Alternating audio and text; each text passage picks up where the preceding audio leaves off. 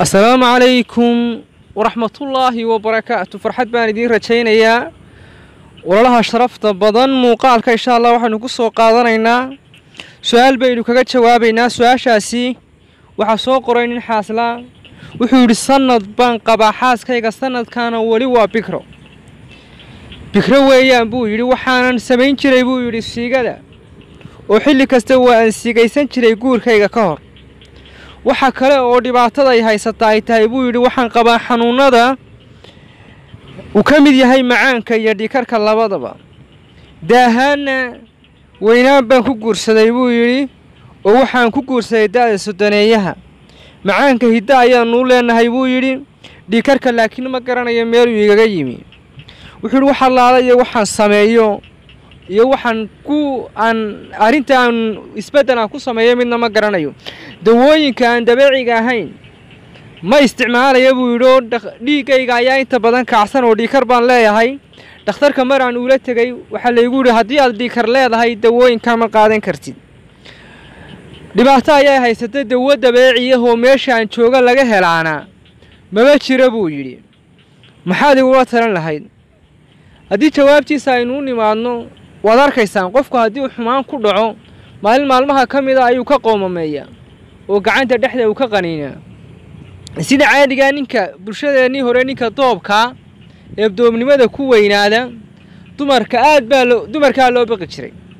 isaga looma baqi jirin haweeneyda uu guursada ayaa laga baqi jiray waxa uu ku sameeyo dhagaha dilaaci jiray dhabarka xanuuni jiray haweeneydaas 7 cisho ma caadi si fiican uma socon jirin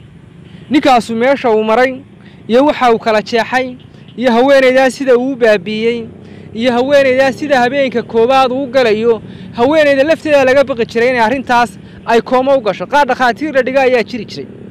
maantana ninkii oo dhowr iyo 30 maraya oo doobnimo ku weynaaday ayaa kule waxa laaliyo waxaan tarayaa ma jirtay xaaskayga waa wali bikra waxaana waxa keenaya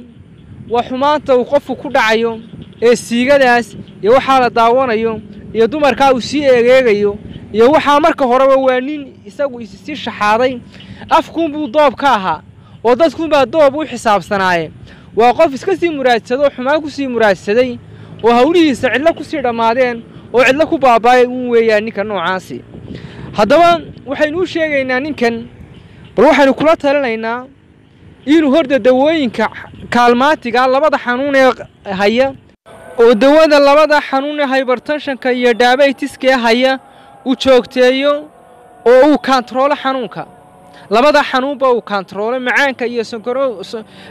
hypertensionka ama dhikarka iyo xanuunka sonkorowga ama macaanka aynu naqaano bulshahan labada xanuunba waxay ka qayb qaataan qofku hadii uu leeyahay in hamadiisa ay hoos u dhigaan ama awoodiisa raganimada marka labaad waxaynu sheegaynaa inuu galmadan joojiyo marka saddexaadna waa inuu ogaadaa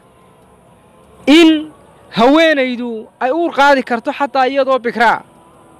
intaas ayaynu ku boorinaynaa galmada joojinta waxaanu ka wadnaa ilaa inta isnafaqaynayso jirkaagu fiicnaanayo awood fiican aad helayso inaad iska yarayso ama aad iska joojiso guud ahaanba galmada xubinkaaguna uu tayaysanayo uu quwadeysanayo oo ujeedka aad ka leedahay aad gaari doonto intaas ayaynu ugu soo ururaynaa ila si wadaaga bulshadeena kale. Assalaamu calaykum waraxmatullaahi wabarakaatuh.